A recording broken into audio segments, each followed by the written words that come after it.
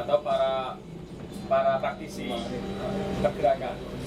Minggu ini kita akan belajar tema besar tersebut dari perspektif sejarawan atau orang yang cukup intens belajar sejarah. Mas Sofian. Pastinya ini sangat perlu bagi kita semua karena kalau kata salah seorang sejarawan J.J. Rizal, beliau pernah mengatakan bahwa kalau kita sudah tidak bisa menemukan tokoh di dunia ini untuk dijadikan panutan, maka kembalilah ke kuburan sejarah dan ketoklah pintu rumah para orang-orang yang sudah meninggal untuk kemudian bertanya bagaimana menjadi seorang yang baik. Dari situ mungkin esensi dari kopi sore kita hari ini adalah mendalami pergerakan dengan bergembira tentunya dari perspektif sejarah. Monggo Mas Sofian, bagaimana prolog? Ini ada moderatornya nggak? Enak. Bismillahirrahmanirrahim. Assalamualaikum warahmatullahi wabarakatuh. Waalaikumsalam warahmatullahi wabarakatuh. Oh ya, santai ya. Mancing tekok-tekok lah. Ya sebenarnya saya bukan seorang sejarawan karena saya belum pantas dijadikan seorang sejarawan ya. Karena menjadi seorang sejarawan itu sulit ya. Gitu. Saya masih pegiat sejarah dalam artian ya saya bertugas hanya untuk istilahnya meng-up kembali sejarah-sejarah yang ada di Madiun khususnya ya. Dan secara umum di Indonesia gitu. Kali ini diskusi kita yaitu tentang apa ya? Bagaimana proses dialektika para founding father kita ketika mereka bergerak, ketika mereka membangun sebuah konsepsi, memperjuangkan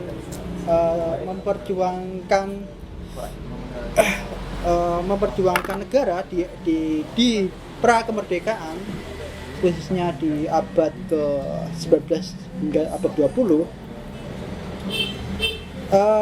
Sebenarnya perjuangan founding father kita itu kalau saya melihat ya saya cukup kolonial sentris ya ketika saya membahas soal abad 19 sama abad ke-20 bahwasanya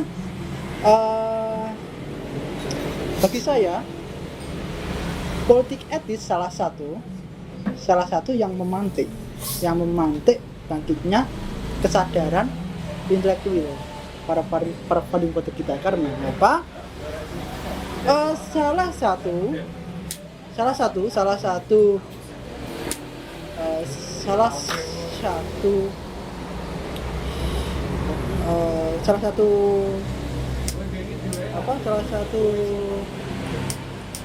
itu apa istilahnya internalisasi kesadaran kebangsaan, kesadaran nasional, nalar kritis, yaitu berawal dari pendidikan.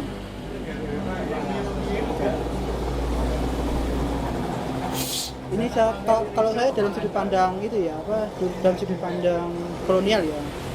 Nanti kalau dalam sudut pandang lokal, kesadaran kebangsaan sudah ada sejak era penyebaran agama Islam.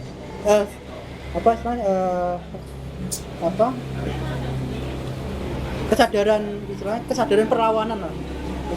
Sudah ada sejak era Islam. Maka saya pernah membaca sebuah literatur bahwasanya pondok pesantren itu adalah tempat training center para santri untuk membangkitkan perlawanan terhadap Belanda. Artinya apa?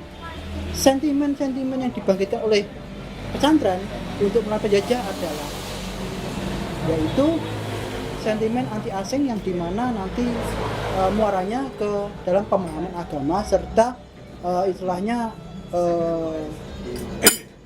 agama serta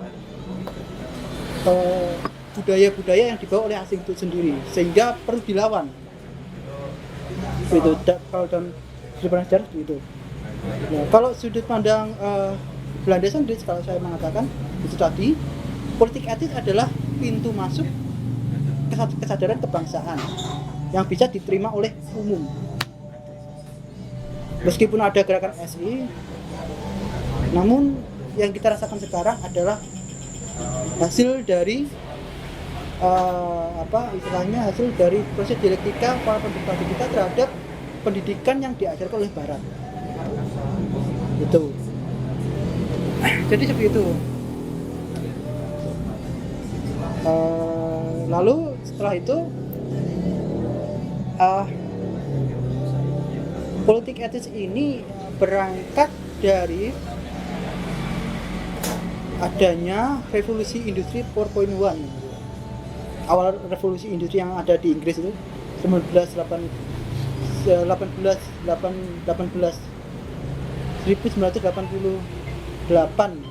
revolusi industri pertama kalau tidak salah. Jadi dari situlah revolusi industri pertama itu menciptakan masyarakat yang kapitalis gitu. Dari masyarakat kapitalis ini Belanda, negara Eropa yang termasuk terkena dampak itu berusaha untuk bagaimana masyarakatnya sejalan dengan kondisi, yaitu adanya industrialisasi itu sendiri gitu. Dan itu akan berimbas pada politik etis gitu. Karena hakikatnya pendidikan yang diajarkan Belanda pada kaum pribumi adalah pendidikan yang bersifat buruh, untuk kepentingan kapitalis gitu. Namun pada kenyataannya pendidikan yang diajarkan oleh Belanda itu dikembalikan pada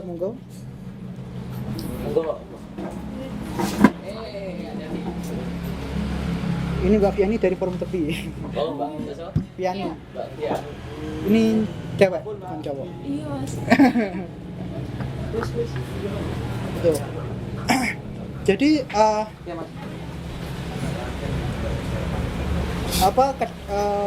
gerakan kebijakan politik etis yang dilakukan oleh kaum kolonial ini akan menjadi semacam bumerang bagi kaum Belanda itu sendiri. Karena dengan adanya politik etis itu sendiri, kaum pribumi itu memiliki kesadaran intelektual terutama dari pendidikan itu. Dia diajari bahasa Belanda, artinya ketika dia diajari bahasa Belanda, dia bisa mengkonsumsi literasi Belanda. Ada juga yang dikirim ke Belanda untuk belajar. Artinya ketika kayak Bung Hatta, Syahrir, Amir Syarifuddin dan beberapa tokoh-tokoh lainnya yang dikirim ke Belanda itu di Belanda sana ia belajar pergerakan gitu. Jadi disitulah mulai munculnya kesadaran intelektual. Orang yang belajar di Belanda sana berdialektika dengan tokoh-tokoh pergerakan Belanda sehingga menghasilkan konsepsi kebangsaan. Jadi seperti itu dalam persepsi saya soal ini ya. Artinya apa? Artinya kalau bagi saya adalah sekali lagi politik etis itu berdampak besar, lumayan besar bagi kaum pergerakan kita karena mereka muaranya pada kependidikan itu sendiri gitu. Berarti selain politik etis dampaknya nggak terlalu besar? Dampaknya cukup besar. Kayak di pondok pesantren itu dia memiliki kesadaran melawan penjajah juga gitu. Kenapa nggak semua orang disuruh sekolah? Kenapa kita tetap menjadi negara dengan juta guru paling banyak gitu ya? Sehingga di Jawa ada budaya tutur, di mana penyampaian keilmuannya hanya dengan mulut. Berarti kan mungkin tidak baik lah sebenarnya.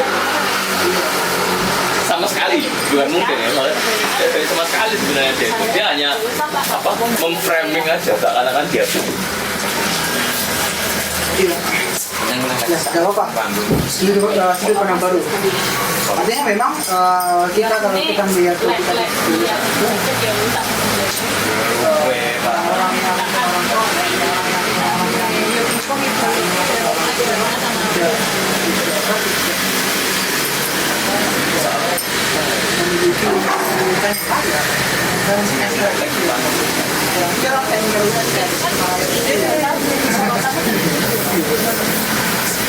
yang memang kalau dalam kaca sudut pandang namun saya maksudnya menggarisbawahi bagaimana pendidikan dari Belanda ini bersama kita karena memang dari kenyataannya kan orang-orang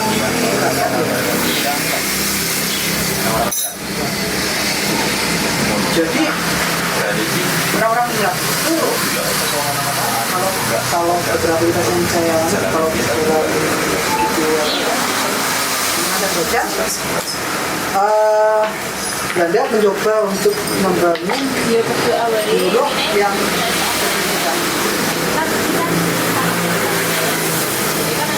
hubungan antara negara dunia sudah terjadi sejak lama, jadi artinya memang sebagai patron klien orang Mirat ini dikasih jatah utama untuk berpendidikan. Jadi jatah utama untuk berpendidikan sehingga bisa Belanda karena ketika Mirat itu kita pendidikan dan sudah kita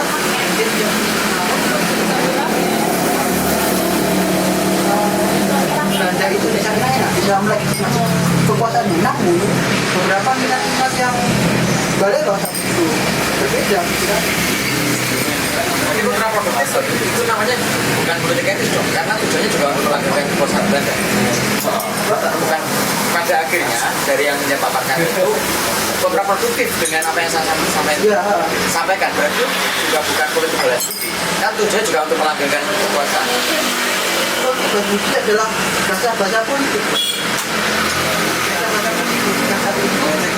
Digulirkan untuk merebut simpati masyarakat Hindia Belanda pada Belanda itu. Masyarakat pada Belanda.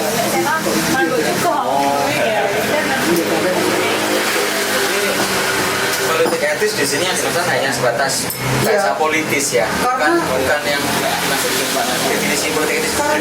Pandai-pandai juga kecewa ketika pelaksanaan politik itu sendiri gitu, karena tidak sesuai dengan interpretasinya pandai-pandai itu ya, menyebutkan politik etis itu. Aku lupa bagaimana dia kecewanya. Berupa bisa baca bukunya, dia kecewa. Artinya tidak sesuai dengan role yang diomongkan di awal ya. Di awal itu.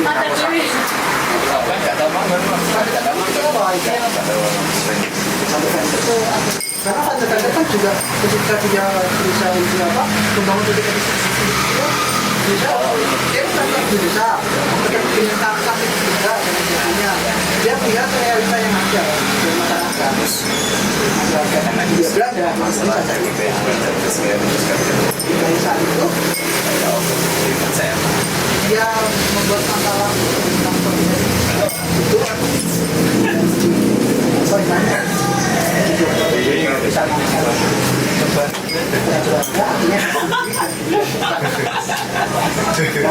namun perkembangannya tidak sesuai dengan ekspektasi. Akhirnya istilah buruk kita bisa katakan apa istilahnya kenapa desa ini partai yang merupakan ada apa istilahnya orang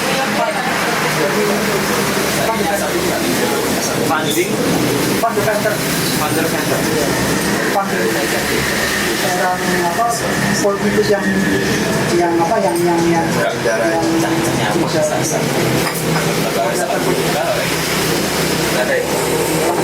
dia yang buat Kabinet 10 ya, dia yang pemilik Stacking Foundation kan dia tahun 1920-an dia membuat sebuah kartini 1920 sebuah kartini itu setelah muda loh. udah 19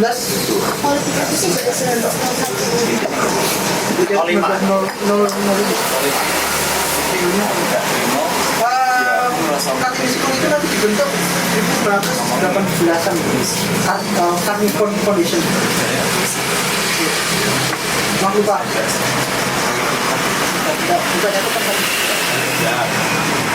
Oke. Menarik. Berarti sebenarnya meskipun Belanda kemudian melakukan perbaikan dengan SDM yang kita punya, itu pun punya tujuan, yaitu menjadi guru yang terdidik. Pendidikan untuk guru. Pendidikan untuk jadi guru. Nah, kemudian apakah itu juga yang dilakukan oleh Jepang? Beda lagi ya? Gini beda lagi. Kalau C. Mas Daye, ada komentar?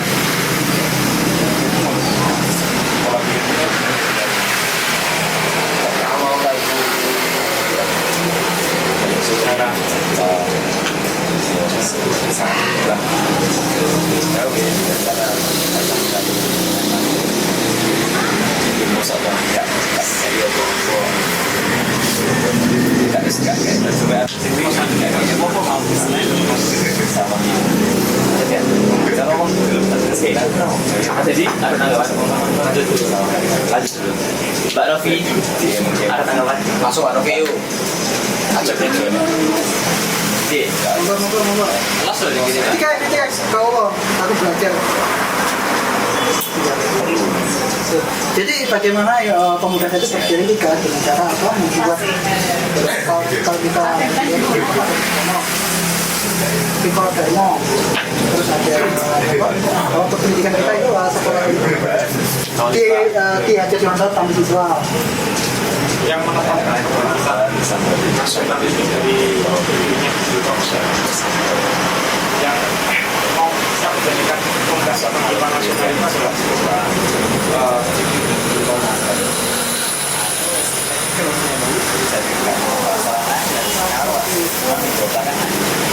juga pernah ada iya apa yang kalau pasti nih bukan Ini kan aktif. Iya, belum. tapi gini apa kalau dia yakin Iya. kalau ini sekali Cut meme. Cut tari. Itu beda lagi itu. Tapi dia juga ini pembangkit. Hukuman dia.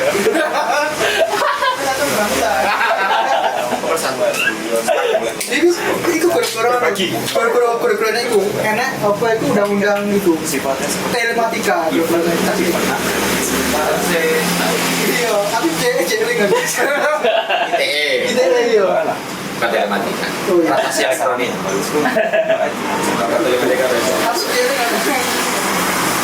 Tapi kanal untuk belajar ke luar negeri itu hanya lewat kolonial atau ada kanal lain sih untuk menempuh pendidikan. kira-kira saat itu hanya dari kolonial Ada kanal lain. Harus bayar loh, Mas. ada Islam dia mas kalau Islam Apa? Haji. jalur haji Berarti kan makan bayar. haji di dunia Oh, kalau orang Islam makan kan berarti oh kita apa istilahnya Itu juga beredukasi untuk internasional ya. Oke. jadi Ada opsi lain gitu. iya katanya bahasnya gitu dan Ramadana terus bahkan sampai pangeran sampai pangeran itu kayak gitu ya hanya belajar di Turki konon paling Rasya, putra Ronggo Prayogiga ketiga. Dia belajar dari Jepang, kayak Pani, lalu Sukani, Sumartono, dan Bintana yang masih abu-abu ini, dia melakukan manuver dengan cara dengan Jepang, namun dia melakukan kaderisasi di asrama-asrama itu. Ini Iya, tapi dalam konteks positif. Apa ya? aktif. Aktif. Saya pikir gurih.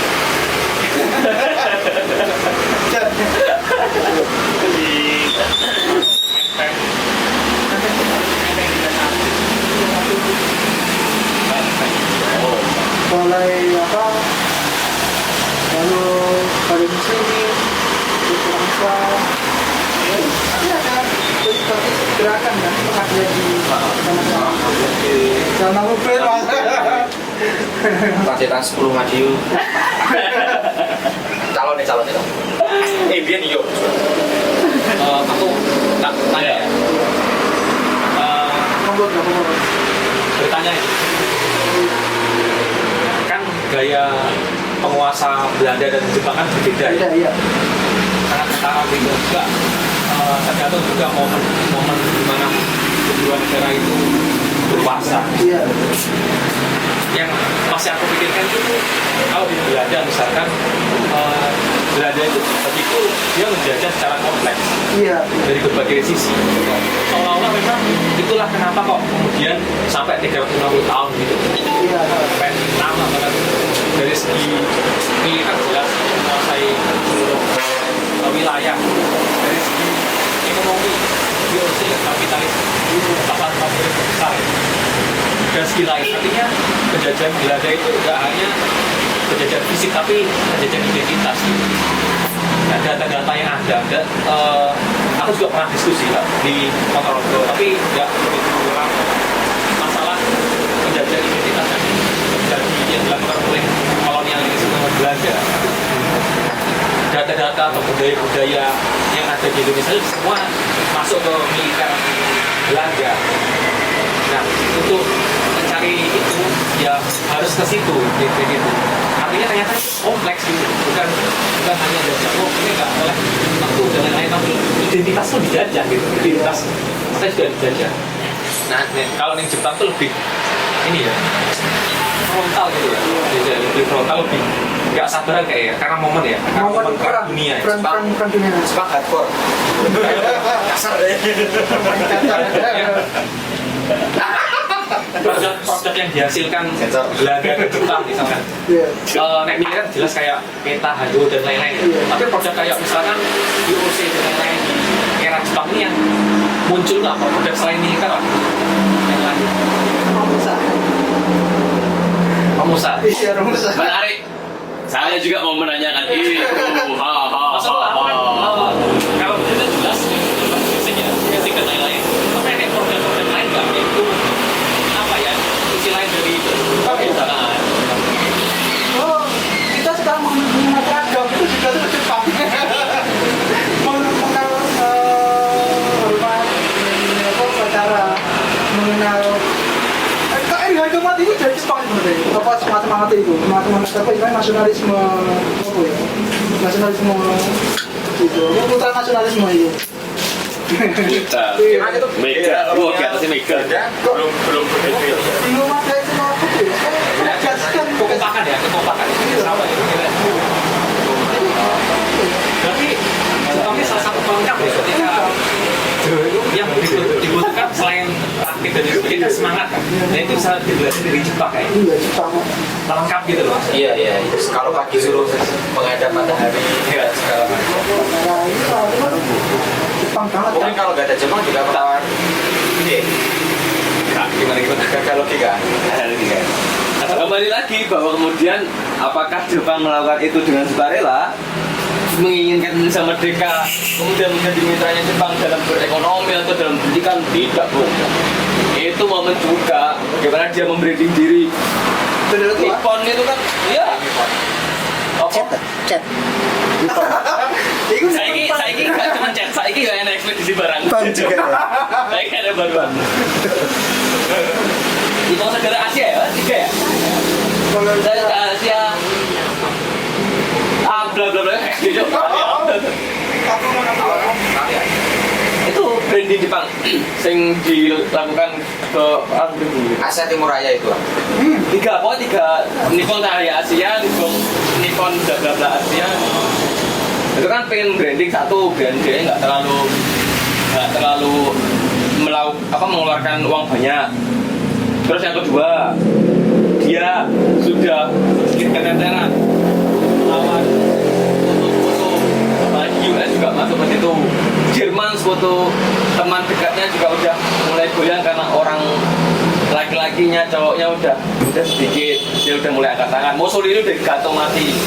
Jadi orang-orang itu tuh udah ada, sehingga ya yang halus tapi tetap baik adalah dengan membangkitkan semangat Indonesia untuk bisa merdeka. Iya, ada sebuah momen yang dimana Jadi itu terselubung ya, Selubung semuanya. iya, memang propaganda Jepang ini memang sangat keras dan diterima masyarakat secara mudah karena itu dulunya mulai ada kesadaran kebangsaan di era Belanda itu dipertegas lagi di era Jepang. Seakan-akan kita dikasih uang untuk menunjukkan kebangsaan Indonesia. ekspresinya mana? Iya, itu ekspresinya di luar kan di era Jepang, namun ada beberapa catatan ya tidak boleh terlalu ekspresif loh. Tidak boleh menginjak ke merdeka. Dan Jepang sih ben aku cintai merdeka Jokowi Dewi. Makanya kenapa kalau Jepang mengatakan Indonesia akan aku merdekakan nanti. Tapi aku pengen tanya tentang Romusa tadi. Kamu setuju ya bahwa kemudian Soekarno menjadi duta Romusa Indonesia ya? Itu propaganda. Nah, kenapa? Kenapa dia setuju? Kenapa dia rela rakyatnya jadi orang buruh yang tidak dibayar? Iku ngopo musuh murid-murid karo musuh murid-murid karo Soekarno. Bahasanya di dalam pidato musuh Soekarno Hatta kolaborator. Iya, kolaborator. Melbu majalah loh Mas. Soekarno gue pacul. Ayo ikut Romusa. What the fuck anjing? Sampai jadi ambasadornya Romusa. Yo, bikin pit. Bener kok. Dia takut dia bisa merdeka. Orang-orang warga kayak kita itu nggak tahu Romusa itu ekonomi mati aku deh. Aku pernah menemukan data ya. Romusa itu pekerjaan tertutup kan, tertutup. Jadi nggak orang sih ngerti. Kalau ngerti dia itu ekonomi mati aku deh tuh. Romusa ini. Orang-orang yang kenapa pada di Papua ini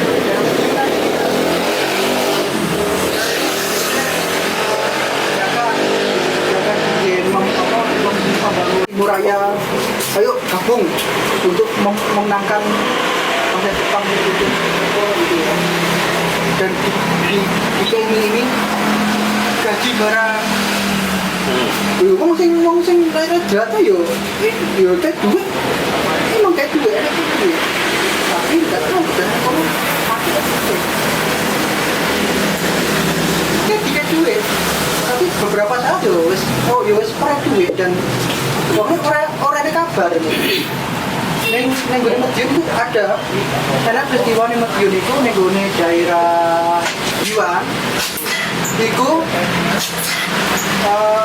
pemerintah desa, kepala desa itu kan nangkepi maling-maling nangkepi itu dari Romusa. Tinggi Pak. Tinggi banget. Itu datang apa? Itu datang itu daerah Madiun kita dulu. Ada begitu. Ya kita apa ya? Mungkin mikirnya uang desa itu brand daripada maling ini kamu salah ya. Dan dia mungkin belum tahu Dan kalau misalkan terstruktur banget kan perebutan dari desa juga. Dan berarti Soekarno nggak tahu akan kematian orang banyak. Kemudian nggak tahu. Dia kan ke sana. Akhirnya dia tahu. Bangsa. Dia kan diajak jalan-jalan melihat Dia lokasi. Dia tahu. Telat dari sini. Tapi dia tetap aja sih. Ya komunikasi lah cuma karena strateginya itu Ya apa ya? Apa strategi itu nak waktu dengan Jepang. Oh iya. mas kecil ya? Parah tuh. Hati ya. Ya enggak ya. Jepang ini negara ya tinggal. Tapi ya apa nih? Udah Soekarno ya. Dan sing parah adalah di risalah BPUPKI itu aku lupa siapa si orang ini anggota BPUPKI, dia mengusulkan dalam pledo undang-undang dasar kita kalau bisa berterima kasih kita juga kepada Pak Jepang. Kepo wilayah Rembul ya. Rembul sorry. Berarti kan nggak ngerti wong ini. Kalau ini nggak ngerti tentang apa yang dilakukan Jepang gitu ya. Iya. Apa sih usulkan? Lupa. Ya mungkin apa ya? Mungkin itu dalam konteks Atas nggak? Dalam konteks. kalau kita dalam konteks kalau kita dalam kesehatan Jepang, tapi memang terlalu mampu. Aku pengen Ya membandingkan. orang Amerika makanya sih ngomong.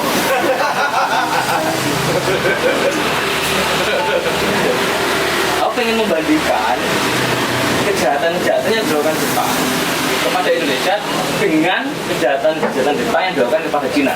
Karena dua-dua negara ini kan dijajah oleh Jepang waktu itu. Faktanya adalah sampai detik ini, wong Cina masih benci dengan Jepang gitu loh. Korea juga. Korea juga. Kita kok enggak ya? Kita kok enggak ya? Apakah tidak terlalu parah pada kita? Kan karena kita kan punya prinsip memberi maaf lebih baik daripada berkafir. Aduh. Makanya ada istilah tiga, mobil tiga. Empok. Aku penggemar Shinchan. Masih. Doraemon, Naruto. Subasa. Jadi ya dia. Justru apa ya? itu Terkat ya Jepang dan Indonesia ya. Iya. Ya bahkan dengan Belanda pun Apik banget kayak gimana? iya apa ya kita apa ya jenis Jawa ya kamu itu Terima kok. Tapi negara-negara jajahan yang seperti aku mungkin permisi ya atau apa istilahnya Indonesia apa ya Korea jelas Jepang Cina Jepang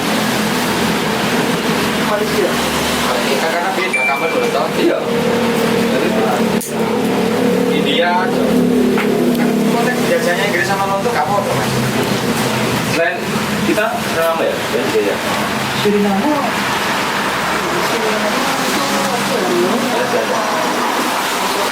Enggak juga tidak izin.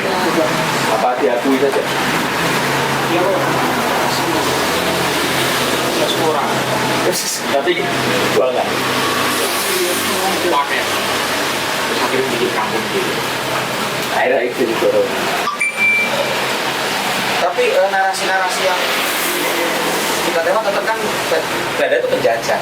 Tapi di satu sisi kita juga bisa apa ya kooperatif itu. Uniknya di situ ya. Benci tapi rindu. Oh, kok Imperialisme itu baru. Ah, masuk nanti. Iya mas. Apa ini? Ada logical policy apa yang terjadi dengan kita setelah era kemerdekaan? Kalau misalkan kita berkaca pada yang pertanyaan misalnya, kok iso ngono lho. Wis diono nang ngene tapi kok kita rindu. Tapi kita benci. Rindu. Apa ini? Jangan-jangan ini cinta. Ini cinta. cinta ya. Ya wes. selalu dijajah Kesalahan logika apa ya? aku juga ya apa ya tapi tidak berapa kita apa ya kita belum mengatakan Karena kalau Indonesia jalan foto loh ya.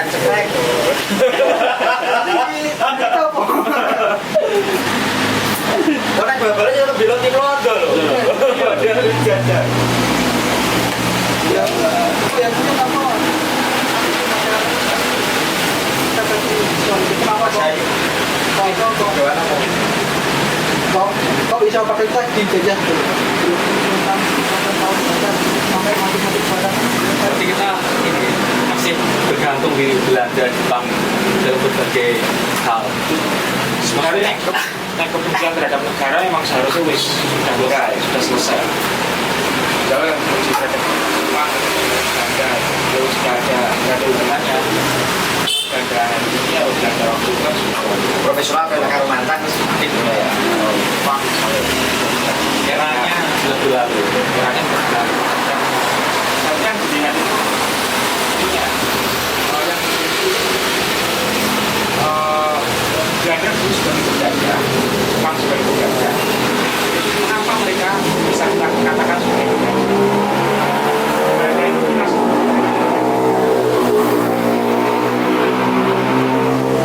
nah itu ketika dulu kenapa mereka kita sebut penjajah? Jepang, Belanda. Yang kita benci itu harusnya bukan agen hidupnya, bukan negaranya. Yang kalau masih konteks hari ini yang kita tolak hasil dari penjajah itu apa sih? Terus sekarang kayak penjajah dulu dan sekarang itu konteksnya berbeda dalam apa? Itu yang seharusnya yang hari ini sampai hari ini benci. Berarti lebih ini ya, dalam lagi ya, memahami kebencian itu ya. Iya, karena kalau benci ke negara kita, kalau orang Belanda juga banyak yang kepentingan kita. Terus ya meskipun kelompok-kelompok sosialis demokrat, termasuk yang kemudian dorong munculnya politik etis gitu ya. Itu politik etis itu juga nggak politik etis karena mereka tetap menganggap kan spion. Nah, politik etis itu kan mereka anggap ini harus balas budi. Misalnya negara yang lebih maju, bisa negara yang beragam, nah itu perlu diperagapkan. Diagapkan nggak diperagapkan? Karena mereka kita itu bangsa yang berbeda, bangsa ini ya pergerakan. Makanya negara-negara Belanda, orang-orang yang itu ingin ayolah dikasih pendidikan dari orang Indonesia itu juga orang Belanda itu tidak berbelakang. Padahal kita sebenarnya juga tidak berbelakang. Ya, kalau melihat secara apa ya bercanda kerajaan kita tidak berbelakang. Tapi dalam kacamata mereka kita ini berbelakang dan perlu untuk dikasih pendidikan ala mereka. Iya tidak benar. Itu ya Pak. Ini yang sekarang kita pegang identitas kita, efek kolonialisasi dia, dan juga sampai sekarang pasca kolonial, pas kolonial ini kita tuh ibaratnya kita tuh kehilangan Jati diri. identitas dia. Tadi yang dibilang Mas Edi kan merampas identitas juga ya. Iya. Kayak di berbuat juga. Mana ini? Dia sekarang kan yang terpelajari Belanda.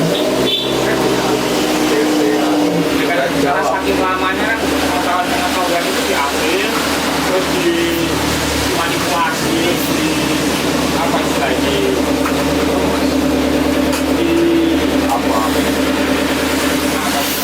melencengkan, maksudnya kan nasionalisme bukan kan berawal salah satunya melalui identitas, karena manipulasi dan lain-lain sehingga semangat nasionalisme siapa kita itu nggak tahu gitu. Masa Pak diri tidak ngerti? Karena memang di Belanda itu menjajah sampai ke akar, sampai ke akar, sampai nggak tahu. Bayangkan. Jadi semangat nasionalisme kan harus tahu siapa kita.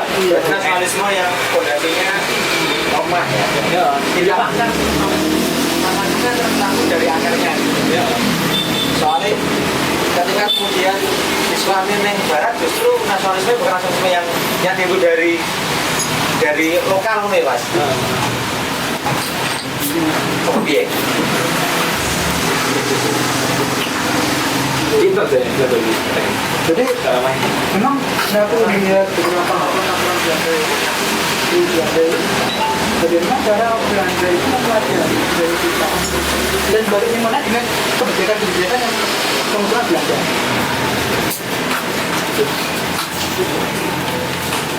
Jadi Belanda itu juga mempelajari kita dari tempat-tempat yang kami pelajari di baliknya nih pemikirannya Belanda. Jadi memanfaatkan masyarakat kita untuk apa? Analisisnya dari budaya. Iya, dari itu sendiri. Dari akar. Makanya itu apa istilah orientalisme itu. Sebelum itu kan dia sampai dipondokkan di Mekah selama 7 tahun. Hanya agar bisa mengaku Islam di Ada tafsir ya. Siapa? Slow. belajar tafsir, belajar ilmu. Kemudian berhasil menangkan Aceh. Kalau gitu, maksudnya penunjukan konteks. Nah, kalau belum buka ya, jumlah orang Belanda, tentara Belanda waktu itu tahun segitu itu berapa jumlahnya? Aku mau tanyakan itu. Jumlah Belanda yang Belanda sampai bahkan 1 juta atau 500 juta. Jumlah orang Belanda ada besar kayak gini ratusan tahun. Ratusan tahun. Atau mungkin karena kecanggihan alat, tapi ratusan tahun loh Pak. Bukan. Zaman dulu Kan ngomong senapan, raja-raja Indonesia. Iya, Berarti memang dari akar ya. melebur, ini lutel lah. Melebur, aku juga. Tapi kok iso? Tidak dasar itu dicekok. iya, dia paham. Kok iso? Gini lah, aku paham. Gus saya paham akan hal ini. Tapi apa kemudian dia mampu untuk menekan dasar Indonesia? Jokowi? Tak mungkin lah. Nah, Belanda kok iso? Halus ya mas. Masuk keraton siapa yang misalkan putra mahkota ini nggak cocok sama putra mahkota ini, Belanda untuk putra mahkota yang kerajaan ini nggak cocok dengan kerajaan ini, dia punya satu kerajaan ini. Domba ya. Terus udah mainnya. Oke. Iya. Dia jadi perdagangan. Dan apa Belanda rela bangkrut demi apa ya, demi dukung satu kerajaan itu. Mereka dukung dan ketika pemberontakan itu Madura itu juga Belanda ya keluar modal, keluar pasukan juga. Itu Itu kan nih, ada tujuh menarik di Mapar itu bagian kebudayaan itu orang harus balik ke kebudayaan itu tentang munculnya kerajaan-kerajaan Banten terus kemudian munculnya Malikusua kerajaan Malikus dia banyak karena kerajaan kongsi dengan iya. siapa kan Salah satu itu Bapak Giyanti itu bagaimana apa pasukan Belanda itu dukung. Sukses. Iya, perang Giyanti. Ya, makanya itu. Entar. Mana tuh ya, entar. Pasal 5 menit. 18.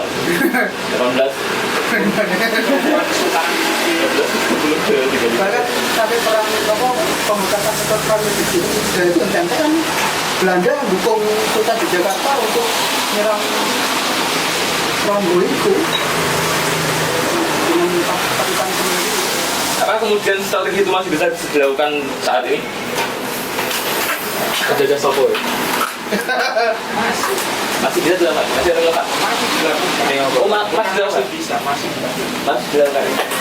Berarti perangkat yang digunakan Belanda itu benar-benar multi ya, segala aspek. Lenggur, teko, jajah, Tapi benar-benar holistik dan itulah aspeknya nih. ini merasuk ke sampai akar-akar, sampai ke mindset kita itu. Ini kan yang mereka punya ini ya.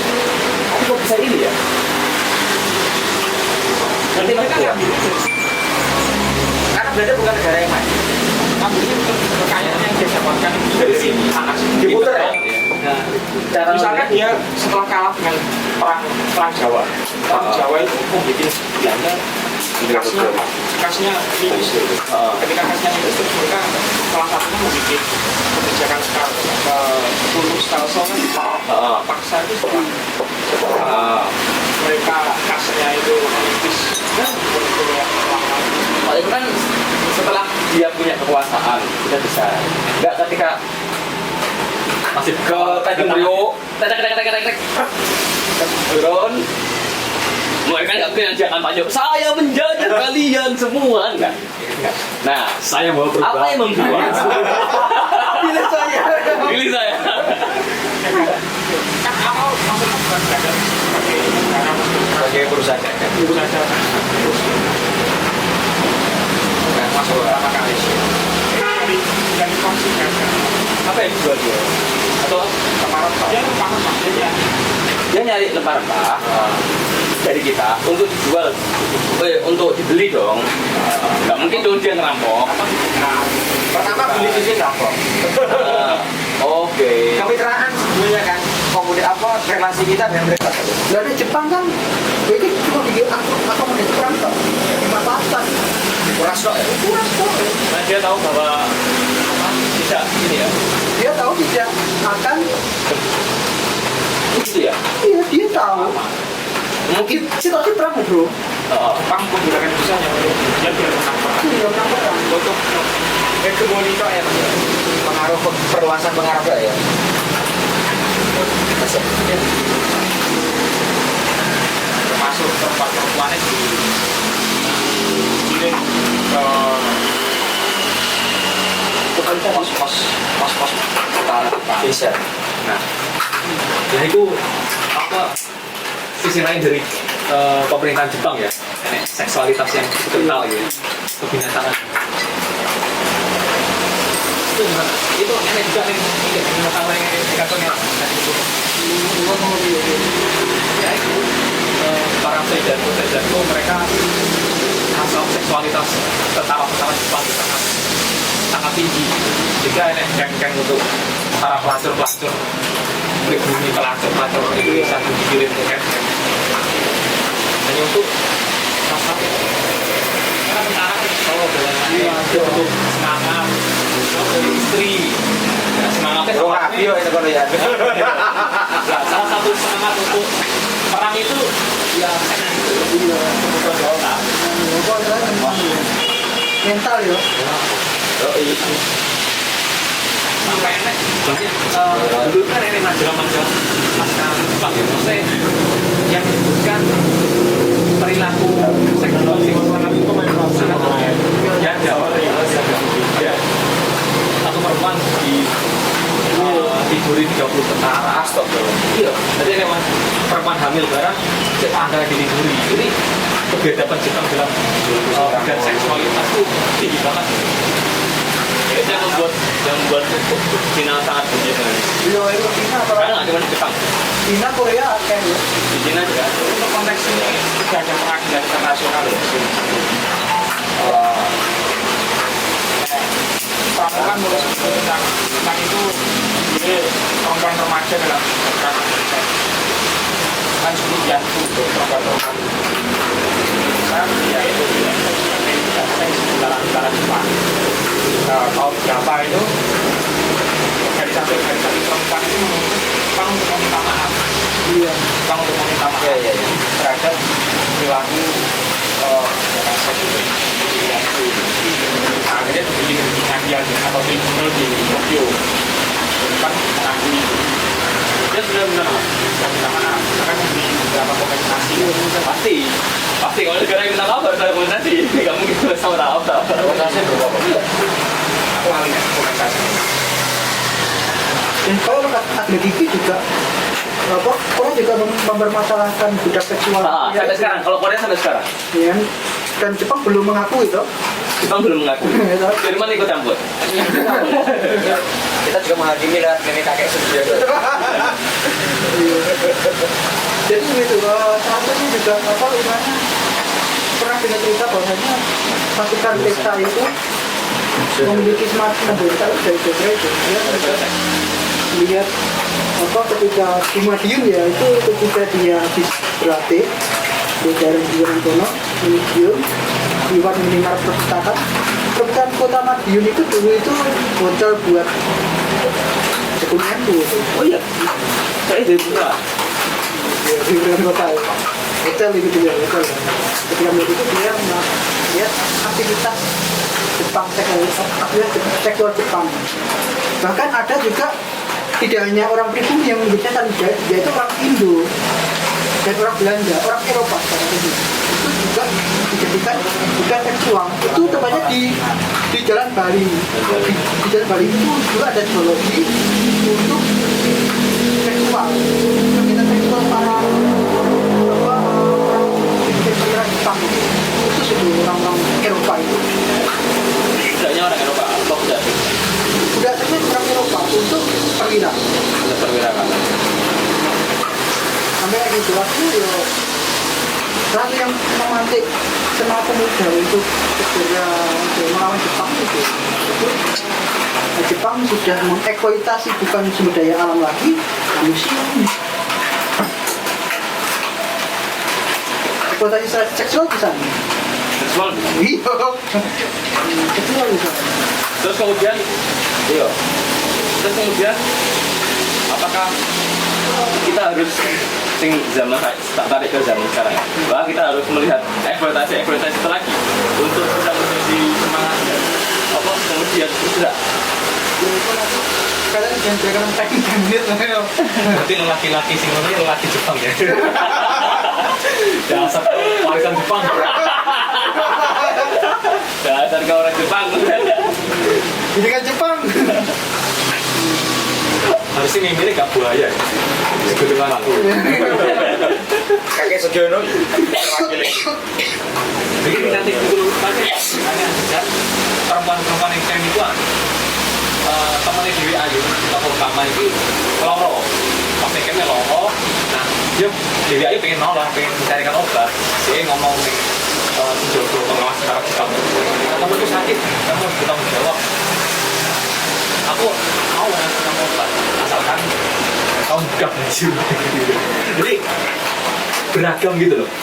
Apa ya, pelecehan seksual itu beragam banget. vulgar ya. Sampai kata-kata kalimat sakti ini Eka Kurniawan dalam tadi kedua tadi Dewi Ayu bilang gini, aku melacur bukan karena diriku, bukan karena apapun, tapi aku melacur karena sejarah. Sampai anak yang empatinya nggak jelas nih, sopo bapak ini. Si terakhir jadi cantik. Ayo kamu sudah partisipin ya. Tinggal di Jepang ya. Tapi Indonesia harus membahas kolonialisme Jepang kayak gitu. Wacana baru. Ini acaranya mana tadi? Feminis. Enggak, mungkin ada tanggapan. Ayo mbak, suara perempuan penting. Karena dia perempuan sendiri sini. Mau. Kosong dia semangat berbelakangnya sampai aneh ya.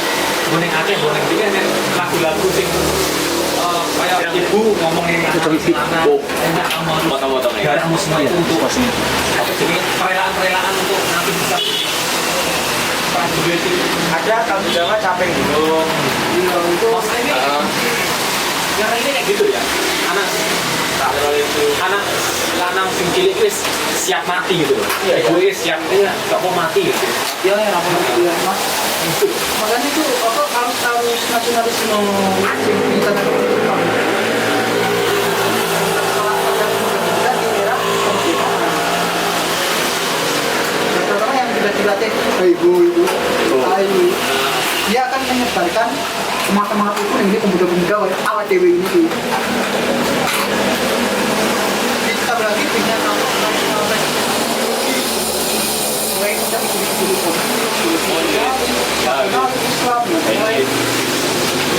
jadi ada semacam perpaduan antara budaya revolusi itu ada perpaduan antara semangat Jepang dengan semangat itu sendiri.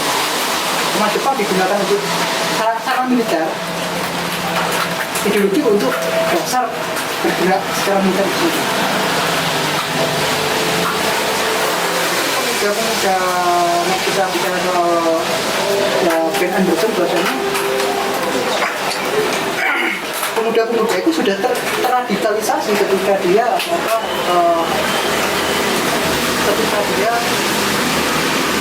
sudah menjadi seorang radikal, kemudian dia berhubungan dengan orang peta yang memiliki basis ideologi. Kaya Joko Siono sing kelak dia akan Kona Josuna yang kelak dia memberontak bersama dia itu seorang komunis, didikan Muso langsung. Dia pun seorang anggota HIU, anggota PETA. Dia secara ideologi kuat, secara militer ada. Joko Siono itu seorang ex-Bugis. Apa itu? Bugis. Gubernur Papua. Iya. Oh, di Bugis. Bugis ini Papua. Gubernur itu. Ada RRI.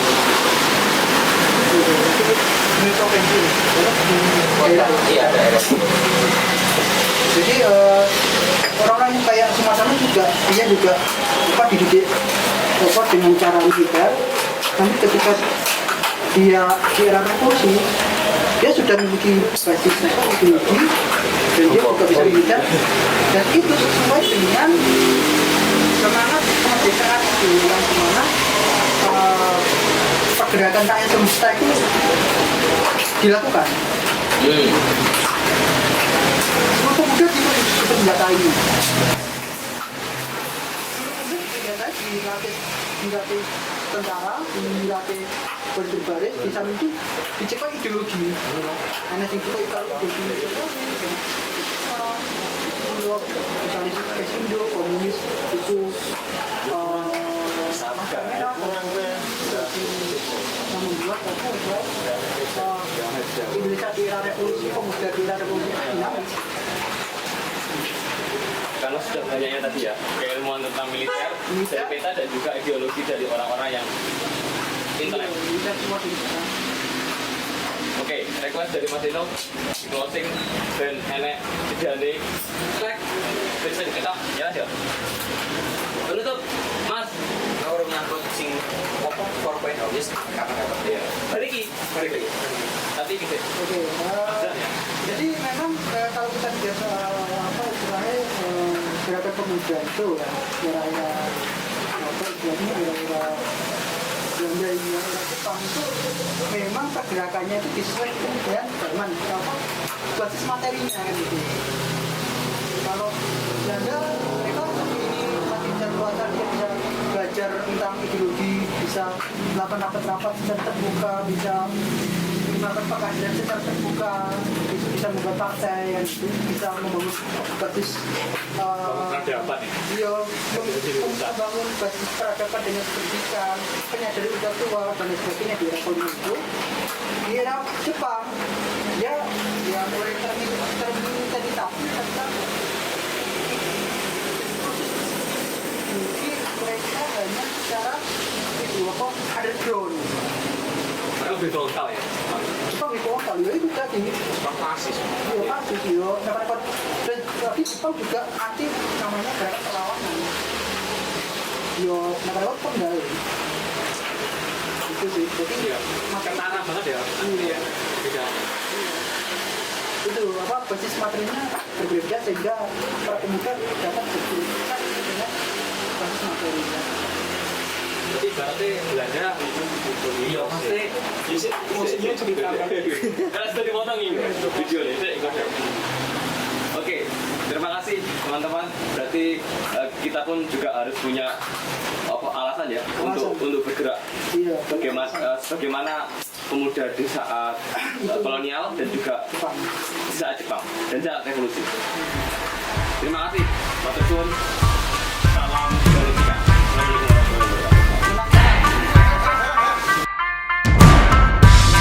Bawa pesan ini ke persekutuanmu. Tempat ibadah terbakar lagi. Bawa pesan ini